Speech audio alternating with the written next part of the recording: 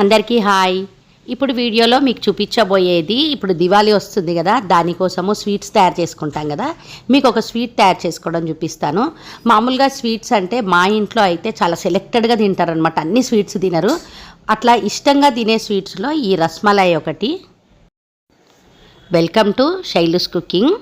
ఇప్పుడు ఈ రస్మలై తయారు చేసుకోవడానికి మనకి పన్నీర్ చేసుకోవాలన్నమాట. ఇక్కడ 1 లీటర్ పాలు తీసుకొని పన్నీర్ లాగా తయారు చేస్తాం ఫస్ట్. అయితే ఇక్కడ మనం ఫుల్ క్రీమ్ తీసుకున్నాం అనుకోండి, మనకి క్రీమీగా ఉంటుంది అనమాట, అప్పుడు రస్మలై బాగా వస్తుంది.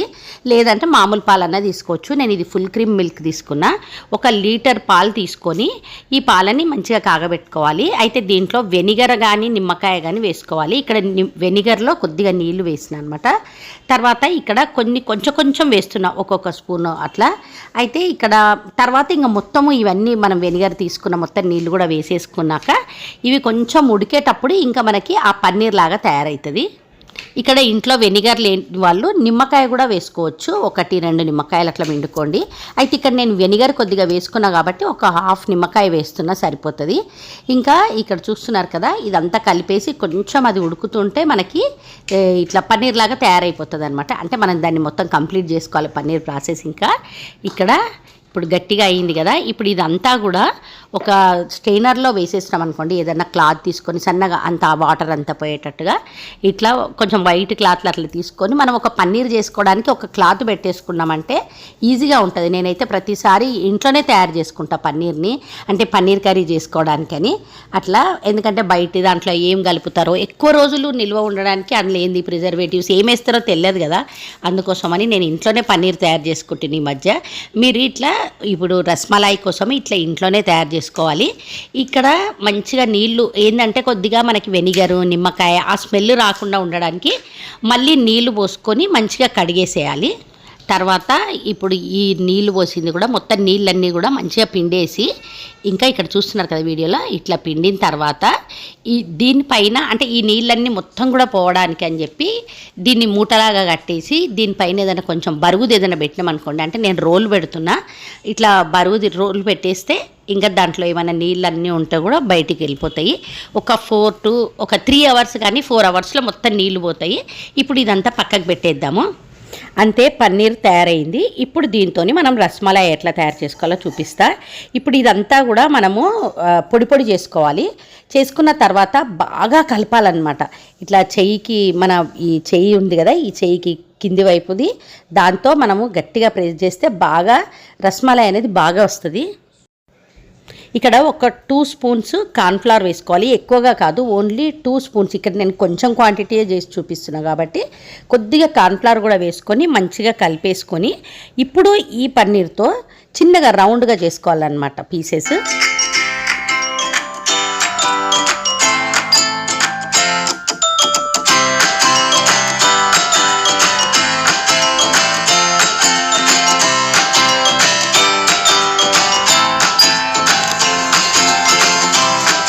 తర్వాత ఇక్కడ ఒక బాండీలోకి చక్కెర, ఒక 2 కప్స్ అంత చక్కెర తీసుకొని దీంట్లోకి ఒక 3 to 4 కప్స్ అంతా వాటర్ పోసుకోవాలి.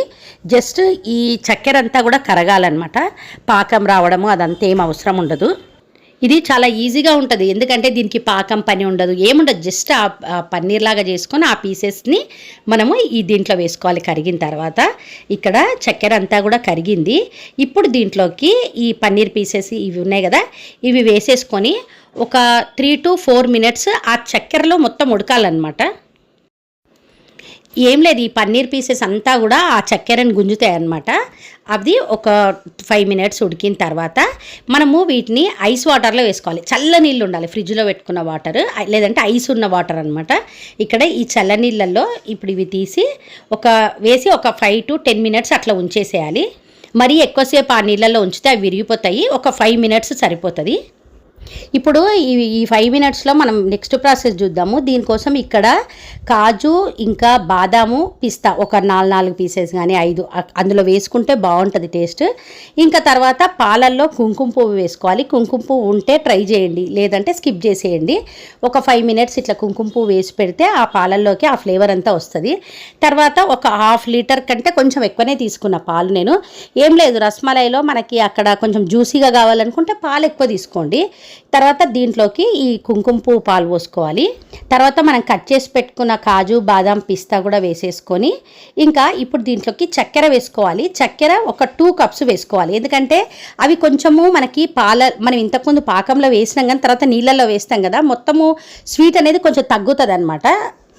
ఇప్పుడు ఇదంతా కూడా బాగా మరగాలన్నమాట. అంటే ఇది మనకి ఎన్ని పాలు తీసుకున్నామో దాంట్లోకి హాఫ్ అయ్యే వరకు బాగా మరిగించుకోవాలి, బాగా ఉడకాలి ఇదంతా కూడా. ఇవి మనకి కుంకుమ పువ్వు ఇంకా డ్రై ఫ్రూట్స్ చక్కెర ఇదంతా కూడా బాగా మసలాలన్నమాట.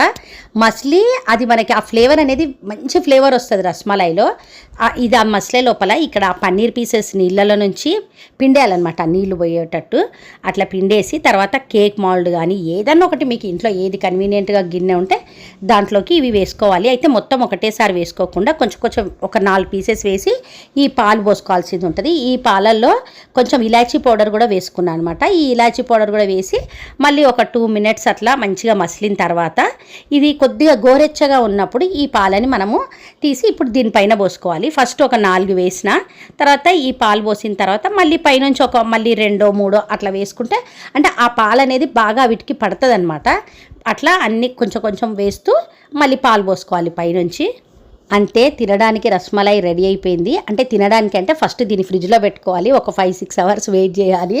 అట్లా ఫ్రిడ్జ్లో పెట్టుకొని చల్లది తీసుకొని తింటే రస్మలై చాలా బాగుంటుంది. ఎప్పుడు చేసుకునే స్వీట్స్ కాకుండా ఈ దివాళీకి ఇట్లా రస్మలైని మీరు కూడా ట్రై చేయండి. మామూలుగా పన్నీరు పాలు ఇవన్నీ కూడా హెల్త్కి మంచిది, ప్రోటీన్ ఉంటుంది కాబట్టి ఇట్లాంటి స్వీట్స్ తినండి మీరు కూడా.